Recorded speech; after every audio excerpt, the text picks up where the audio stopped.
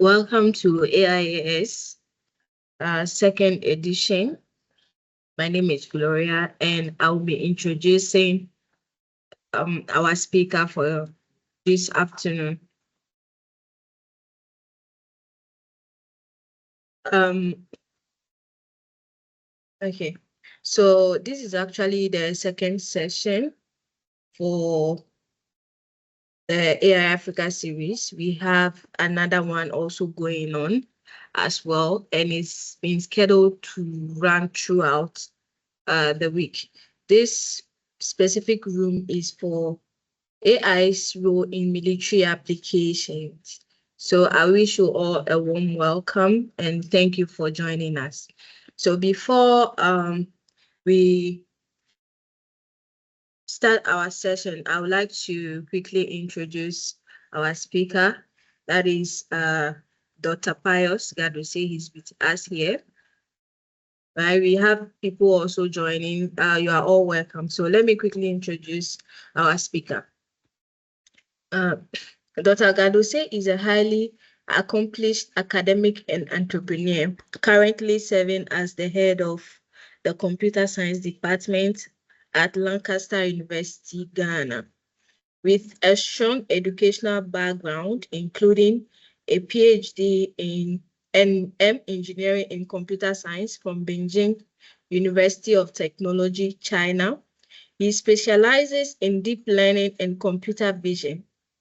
His expertise extends to AI policy assessment, entrepreneurship, and education outreach, with notable contributions such as co-founding startups like Orion Electronics LLC and Innova Labs Limited.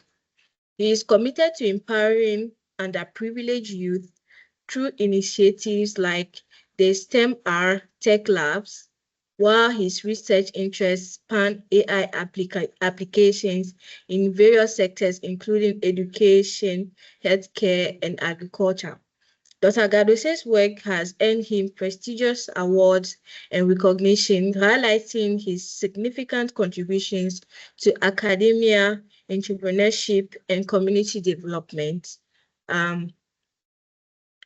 Yeah, please let's all welcome with some emojis Dr. Pius to take over this session. Thank you.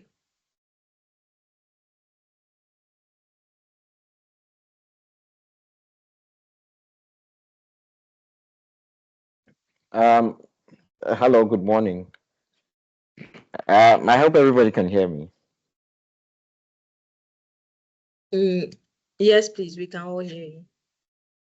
Okay, thank you, Gloria, for the introduction.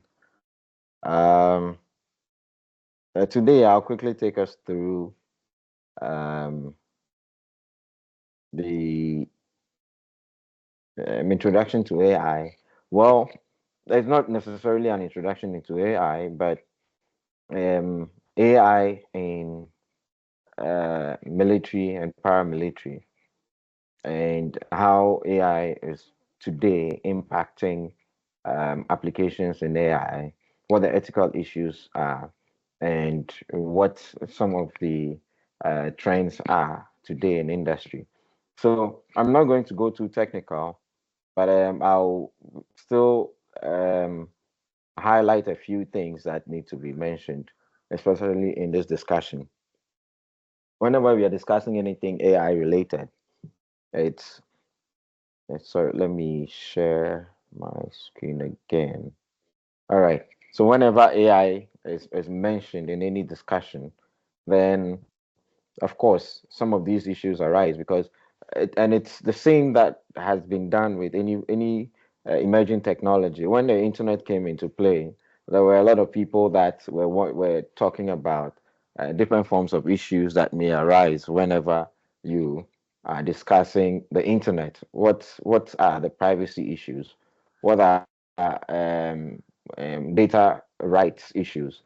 Um, how is internet harmful to maybe people of a certain age, or how what's the form of discrimination that is going to go on, or what's a form of bias is going to go on with the use of any new forms of technology, right? So without much ado, I would like to just go ahead and jump into really what I have for you today.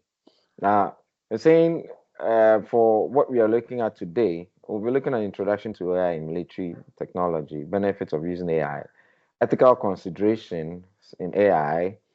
Um, when we look at the ethical considerations, we'll also look at a few things that are mentioned, especially when it comes to mitigating some issues that arise when it comes to AI considerations, I mean, ethical considerations, and the risks and challenges, right? Then examples that we have out there, then the future prospects of AI. Every emerging technology has its bad and it has its good. And we want to focus on the growth of the good of that part of technology, while also looking at ways to solve some of the bad issues that arise when we talk about that. So, I mean, if you join the first session, I'm sure that you realize that Mr. Gbever actually mentioned a few things about AI, what AI is, and all that. And so, um, I'm sure by this time, if you're joining this, it's really being curious about what AI applications in military um, has for us. So, of course, there are a few things that AI does. We'll talk about some of the good parts of it first. How does AI enhance military capabilities?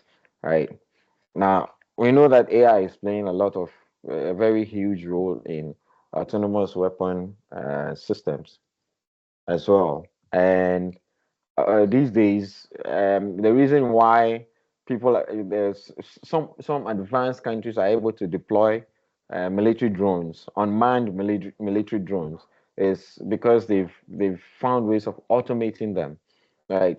So that to the extent that they are very accurate and precise in whatever tasks they are giving, and reducing the loss of what human life as well, right? These days, even surveillance, when it comes to automatic recognition systems, automatic tracking systems, and all that, you'll find that most military have started what uh, implementing some of these applications so that it makes it easier for them to do surveillance. And when it comes to decision making, given the sort of data that they receive, everybody knows that now the bloodline for AI is data. If you want anything to run autonomously, then it's because you've been able to train it with enough relevant data that it needs in order to perform such a task. Right? And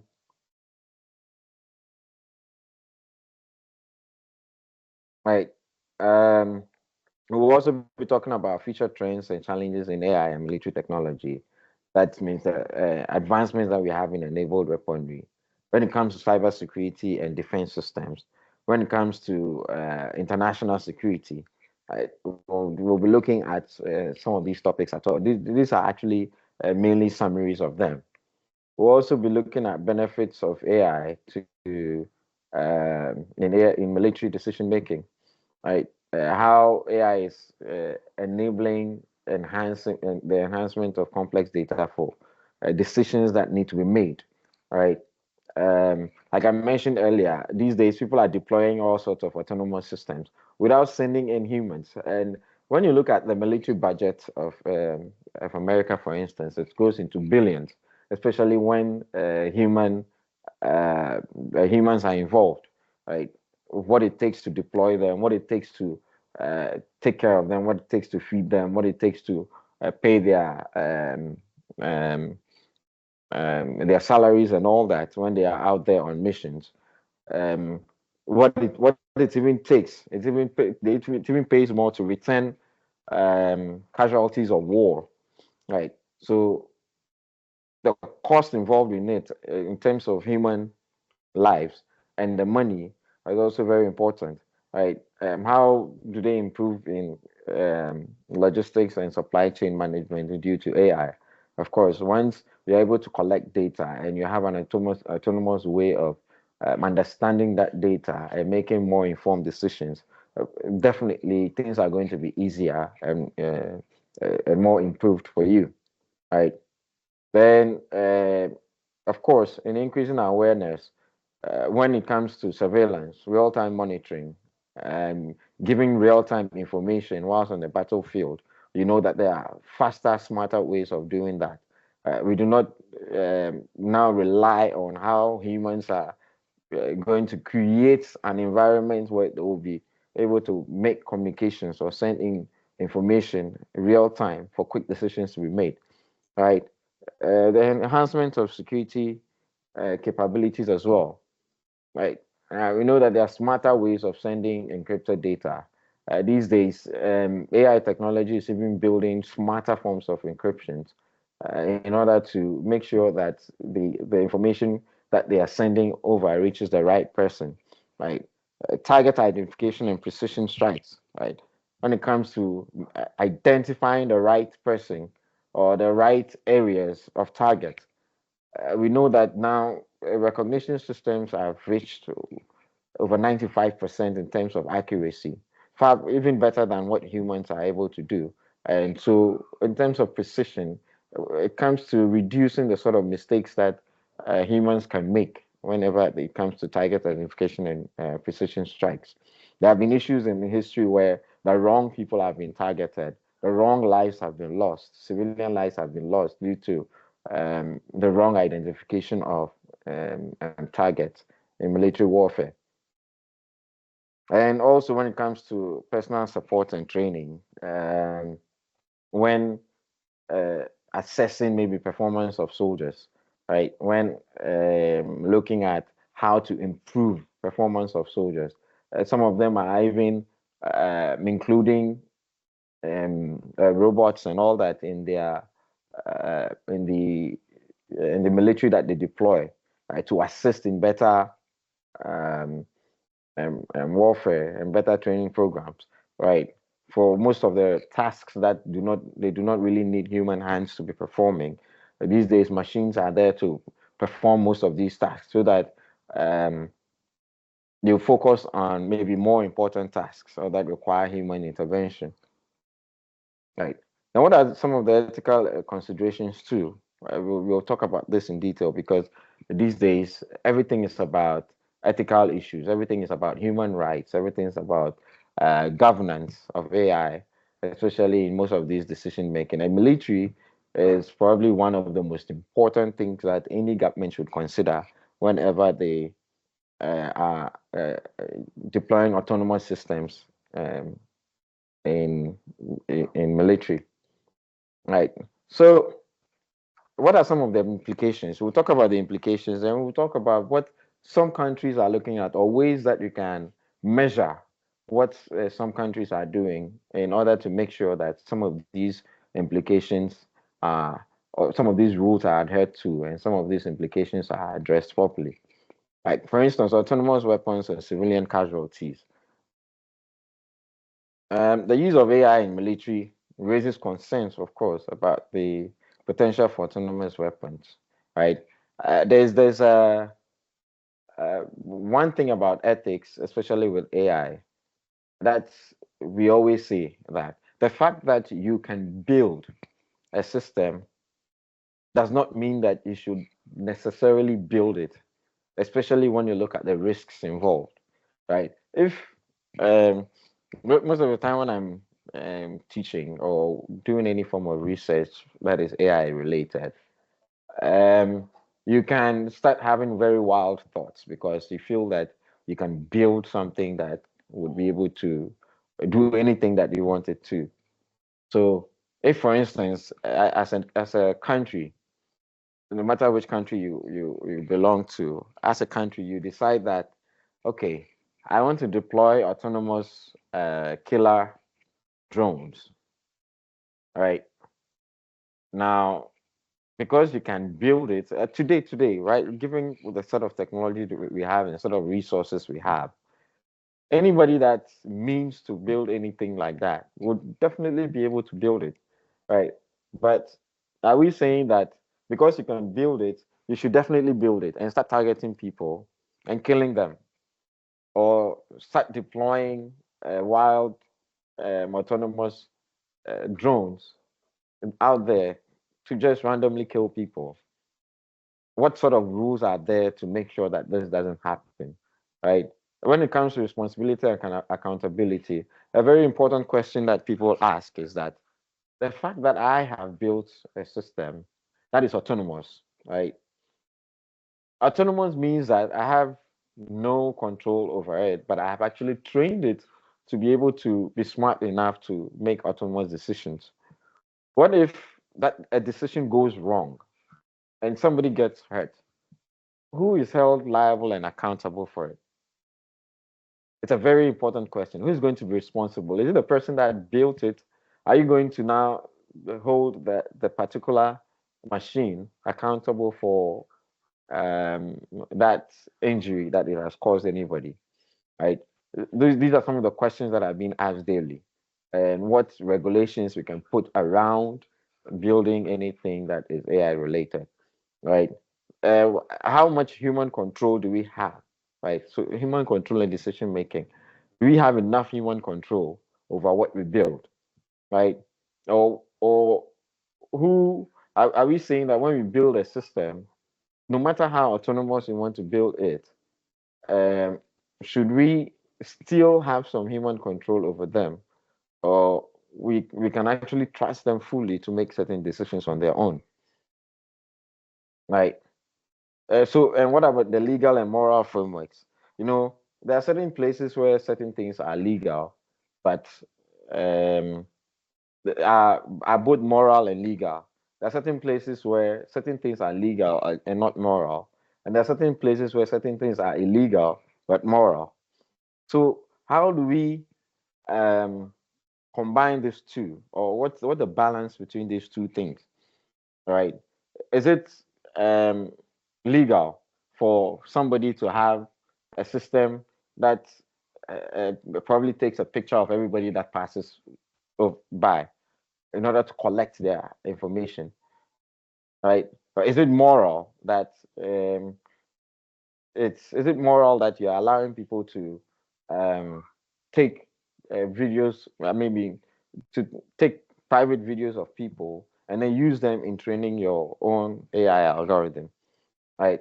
What are the international laws and regulations that exist, right? Socially, if it's immoral, then socially it has an impact. It depends really on where you come from or which country you're representing, right? What are the frameworks that are being built around some of these decisions? Right? Is it okay that somebody that has chosen to do this can do it freely, even if it infringes on other people's rights? Or is it okay that um, what the person is doing, the person should just keep it away from everybody? What are the um, frameworks around making such decisions? What are the laws around them? Is it legal? Are we going to start imprisoning people that are taking advantage of maybe publicly available data to train their own AI algorithms that would probably go further to harm somebody? Like, what are the risks involved? And addressing issues related to ethical implications, legal frameworks, and governance. Now, full disclaimer: these points that I've put here are points that the Center for AI and Development Policy, AI and Digital Policy, have put together to sort of assess and measure different countries across the world on whether they are practicing the right form of AI, or AI that is that adheres to human rights, AI that adheres to um, data protection and all that. And I'm part of this organization. I am a fellow of this organization that puts together all these reports on a yearly basis. So the last one was the 2022-2023 report on AI for AI and digital policies, or AI and democratic values. So I'm sure that once this presentation is shared, you will have you'll be able to download the entire document. It's several pages, over 100 pages, where every country has been assessed and sort of rated with how they are accommodating AI and how they're practicing AI, especially on the ethical side. But these are a few points when it comes to AI in military applications and how it impacts military applications. These are a few points that um, we can actually look at.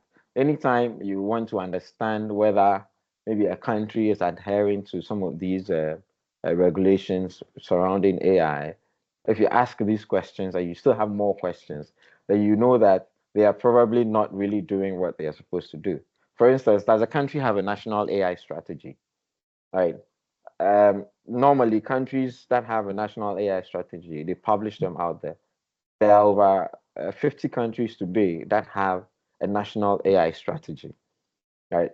And so, if you're able to monitor their developments, maybe describe their key takeaways, and assess the coherence with the international benchmarks, there are certain international benchmarks like the OECD AI principles, the Universal Guidelines on AI, the UNESCO recommendations on AI ethics, right? If the national AI strategy probably follows this, and then they have a few more that they can add to it, that that sort of guards ethics in AI practice, then you can start saying that maybe, um, of course, when it comes to AI strategy, a national AI strategy, everywhere will be involved. The healthcare sector, security sector, that's where the military comes in, agri sector, education, and all that. And also, a very good practice is public participation. In order to maybe bring out a policy in AI, for instance, how the military would use AI, if you seek opinion from public, you have a public discourse on this, and then you know exactly what the people feel safe with and would allow in terms of what the military can do. Because even in your own countries, people still have would have an issue with how far the military can go when it comes to making certain decisions that will affect them. Um, how about data protection and algorithmic transparency? You know, in certain places, especially when it comes to, uh, in Europe, they have the GDPR, that is the General Data Protection Regulation, that just recently they passed a law that they are going to enforce it. Now, the GDPR focuses on both individuals and organizations that are using AI, and they want to be sure that there's some form of transparency in the algorithms that are being developed for the use of AI, so that people and know that this is really what the application is meant to do. There are no hidden codes that would probably make certain decisions that people might not like, right? And also, are we looking at the fact that if what sort of data is being used? Are they stealing people's data in order to train this their AI and um, systems? Then another thing is this is actually in most of the international laws that exist. That how about lethal autonomous weapons? Right? What is the position of the country regarding the development and use of lethal autonomous weapon systems? And what is their participation in the Convention on Certain uh, Convention Weapons? Like the CCCW is a convention. How is the country participating in that? Right? When they are more concerned about how they deploy autonomous weapons in the military, then you know that that that is a country that is really addressing some of the ethical issues that may be involved. Are they following the OECD AI principles? I'm sure if you go through it, you can actually Google them. You would see that the OECD AI principles also outlines certain principles when it comes to the use of AI in autonomous systems. right? The G20 too also has a few AI guidelines. Recently, it was updated. So when you go through it, you'll be able to find some of these things. Then you have the UNESCO recommendations on the ethics of AI. Is the country actually considering the UNESCO recommendations on AI? If it is, are they actually really implementing them? These are more general recommendations that have been given for the use of AI, the practice of AI.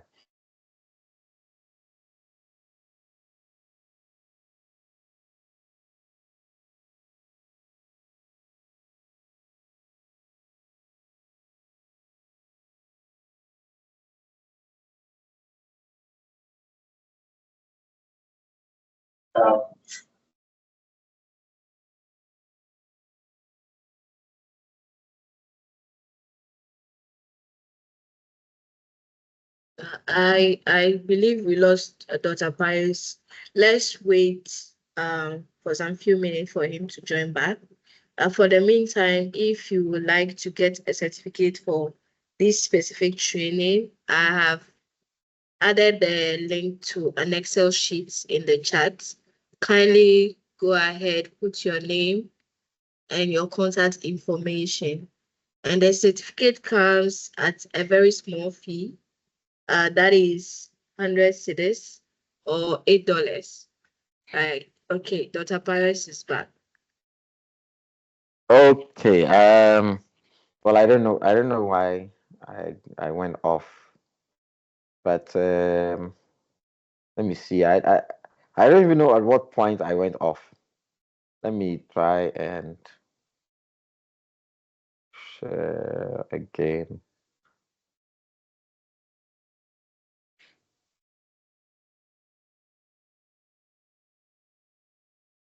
Okay.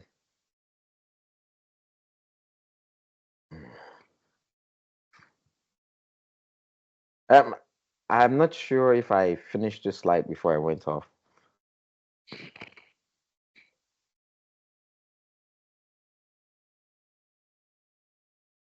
Hello, No, please, Gloria. we're still in this. Okay, how about this?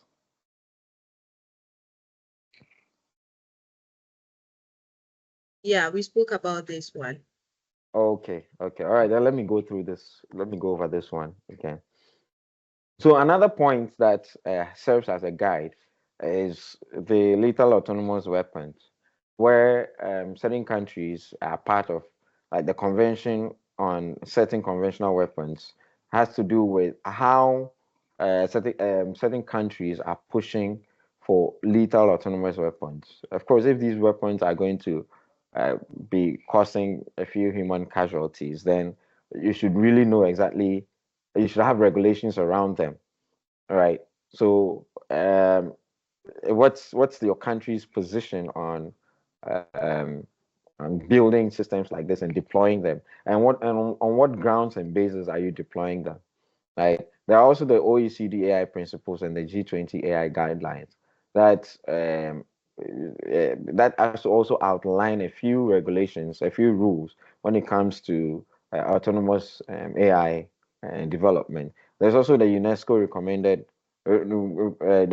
recommendation on AI and the ethics of AI as well, where um, they have a few guidelines. Now, these documents are actually out there, free to download and free to go over.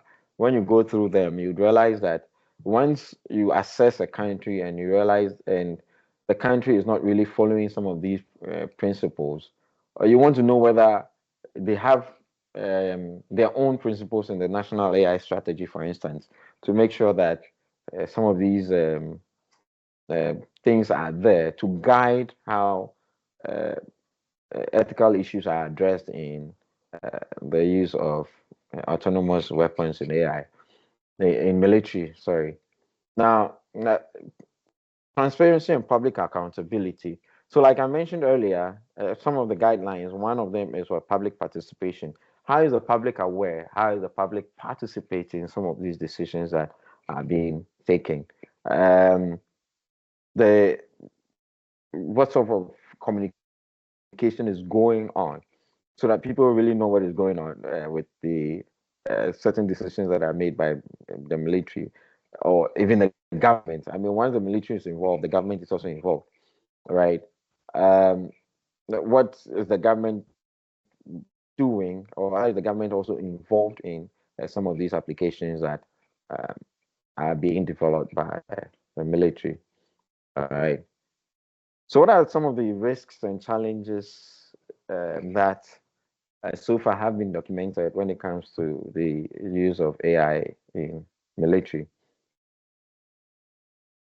Now, of course, for the ethical considerations, we've mentioned the autonomous weapon systems, issues with target identification. Of course, if we are saying that there is about over 90% accuracy, that also leaves room for errors, right? So it's also possible that in a few out of many, there could be mistakes, right? It hasn't been perfected to that point yet. When it comes to even when it comes to decision making, AI is actually garbage in, garbage out.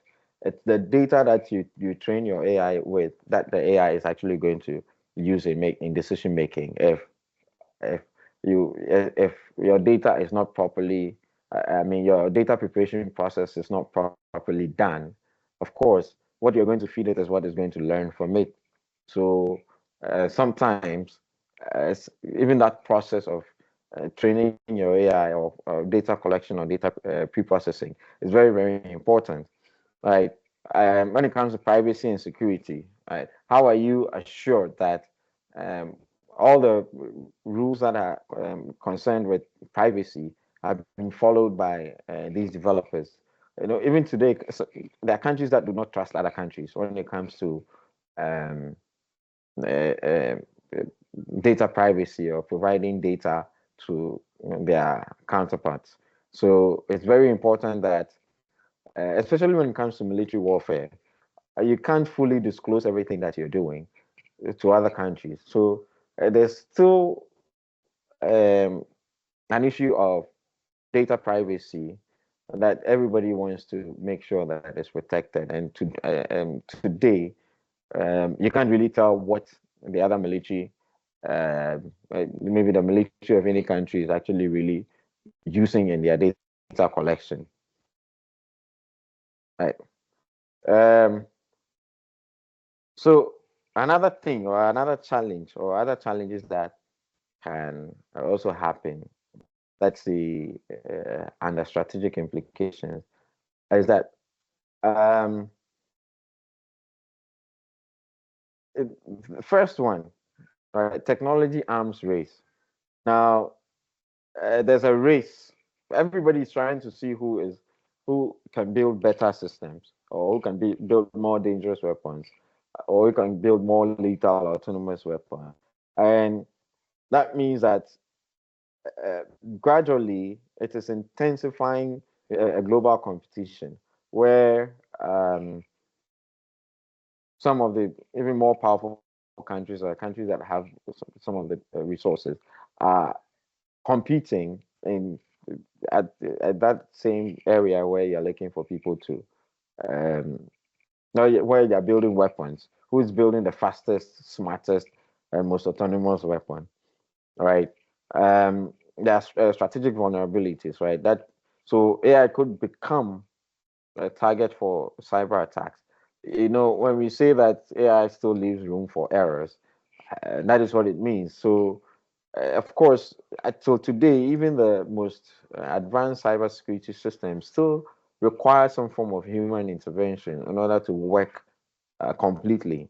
If it's left to AI alone, there could be areas where um, um, people that have other intentions um, could take advantage of, all right, in order to attack any security system. Then there are also other unintended consequences, right? Um, that's maybe uh, because you've left autonomous systems to make certain decisions. At certain points, you would they could make mistakes that would what escalate an issue that is already ongoing or conflict that is already ongoing between two or more countries, bringing about so many international issues. All right. Uh, Also, with AI, it's we're saying that is the best decision that should be taken by any AI algorithm. What is giving you the best record, or what is giving you a better record? So certain decisions that could be made that could be more disruptive than what is intended, especially when it comes to certain conflicts, right? Certain tactics that are being uh, implemented, right? Also today there are still operational challenges, right?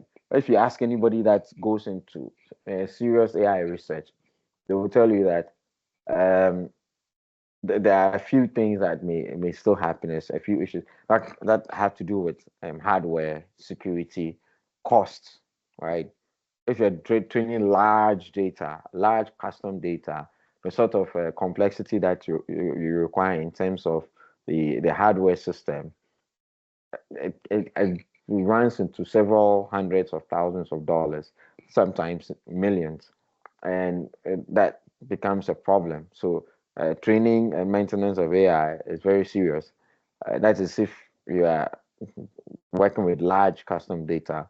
Then most of the time too, you with generative AI has come about. Now, most of it started from using AI methods like adversarial methods, like GANs and all that, where you're asking AI to produce its own data. That is in likeness to original data.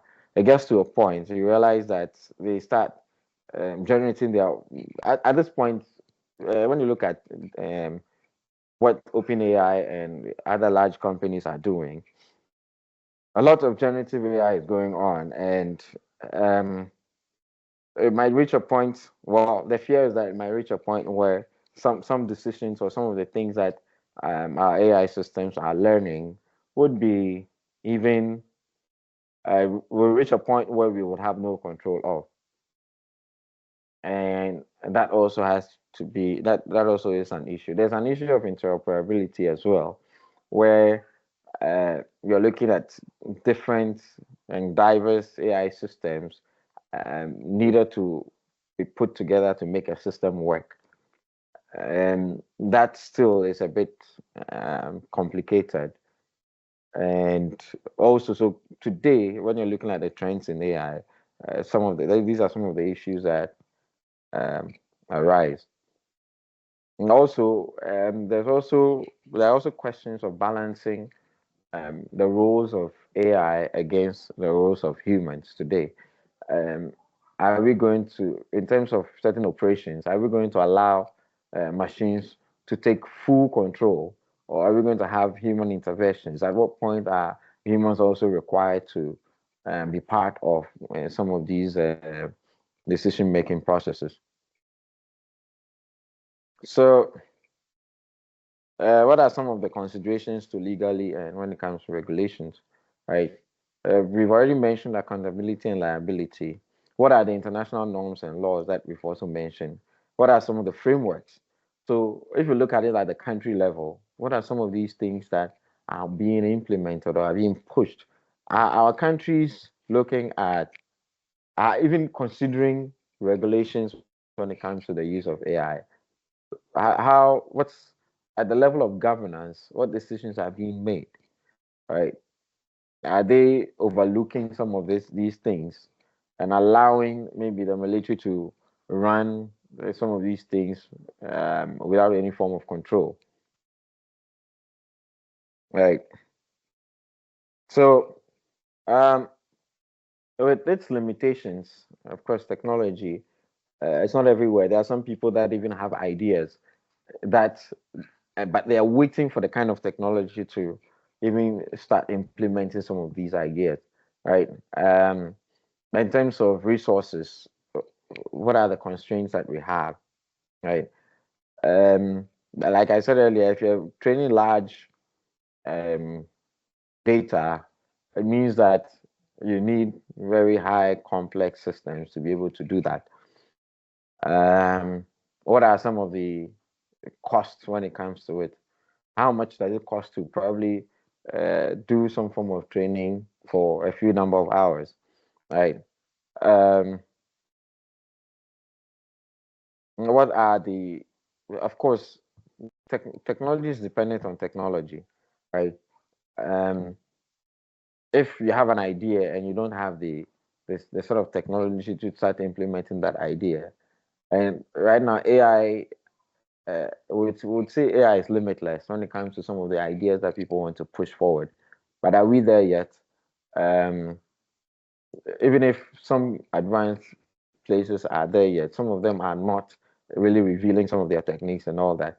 So um, there's still some form of limitations when it comes to um, working or building some of these systems and technology, right? A few examples are UAVs and drones. These are among the commonest applications, especially when it comes to security, when it comes to military. Um, Drones have been in existence for some time now.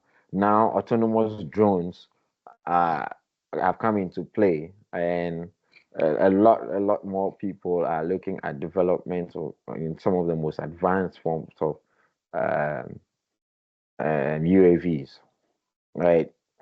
For the ground vehicles too, and just like we have the aerial ones, the ground vehicles are there too. The surveillance systems these days, you do not need people following people around in order to collect information on their activities and all that. Very, very smart, small systems are there to help in collecting some of this information in surveillance, right? For of course for AI for satellite systems as well.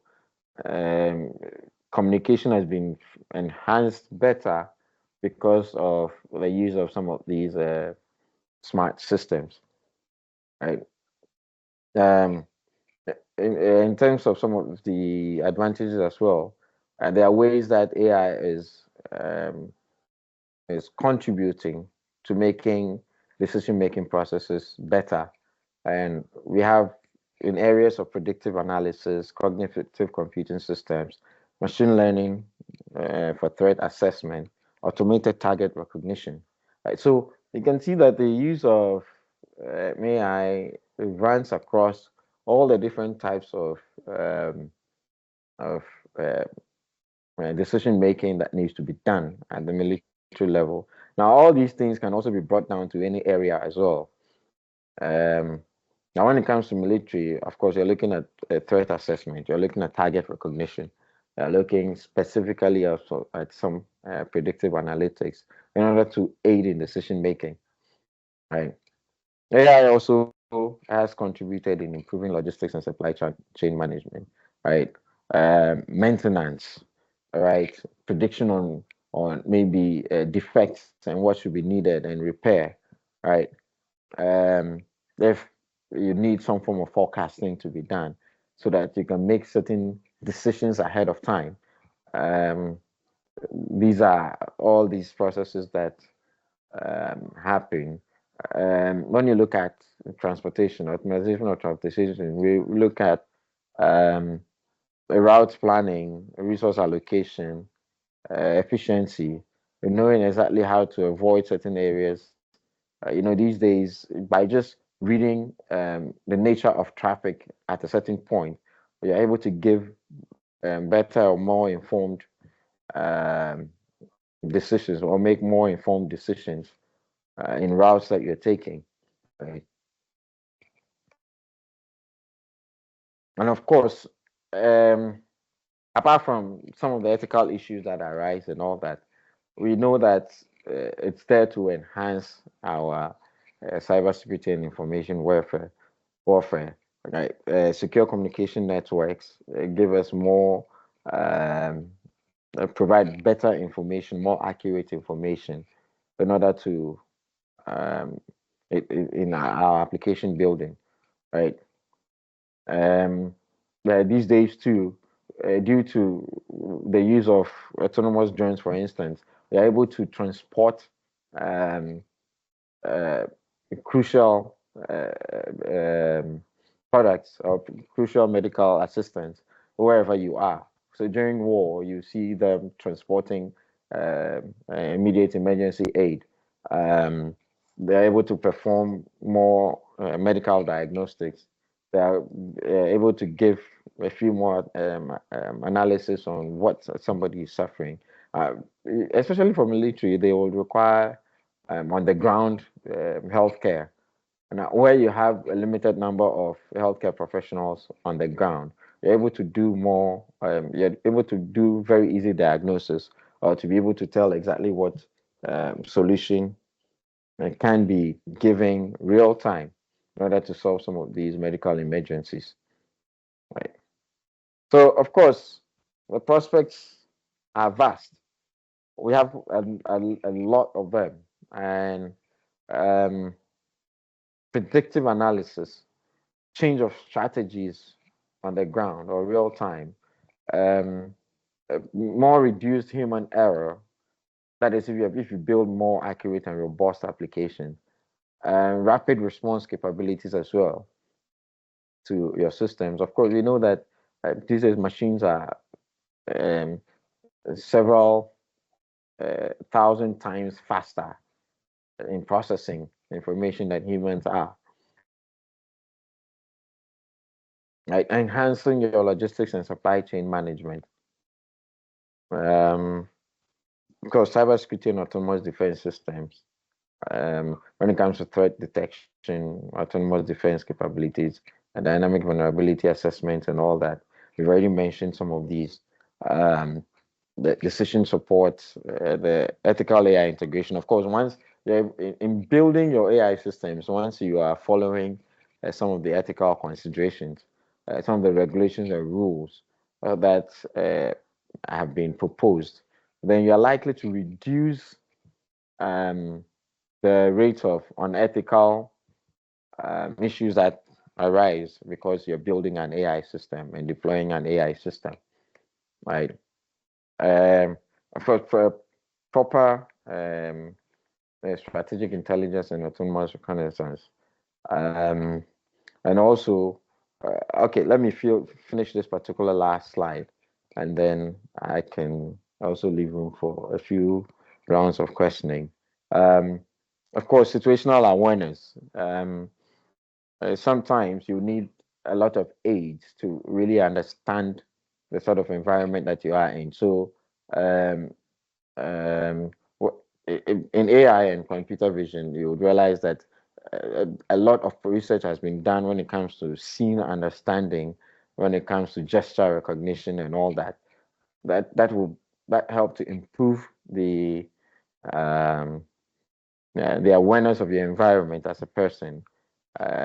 Threat assessment, reading um, data in order to know exactly whether there are any threats that are coming, whether this is real time or this is something taken from history in order to make better informed decisions, right? When it comes to geospatial analysis and mapping as well, being able to understand um, geospaces, it's very important. Also, contributing the contribution that AI can do for military. I mean, in terms of military applications. All right. So I'll end my presentation here and then allow for any questions.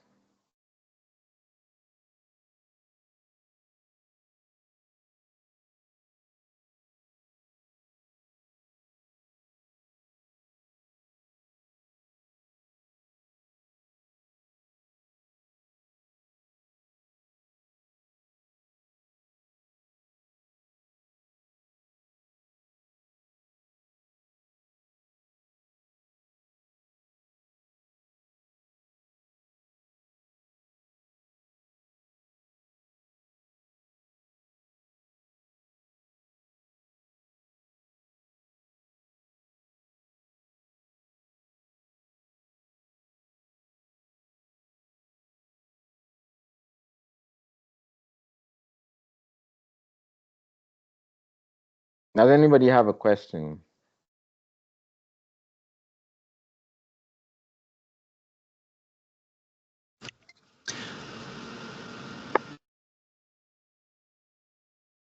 I think Davidson is trying to say something. No, Doc, I just want to say thank you. I think it was a very useful and enlightening session. Thank you. Thank you too.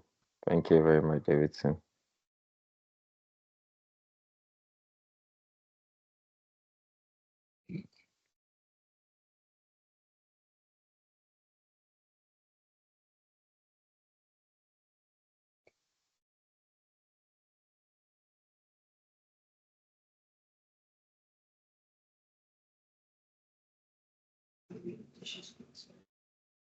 Okay. Since there are no more questions, Dr. Paris, thank you so much for facilitating this session for us. Please, as I said earlier, if you would like to get a certificate for this, I added a link to an Excel sheet where you can go and register for that. And also there's a quick survey. Yeah, you can take about 1 minute to fill it so that we know your impressions about this event. Okay, thank you so much. Thank you all for joining.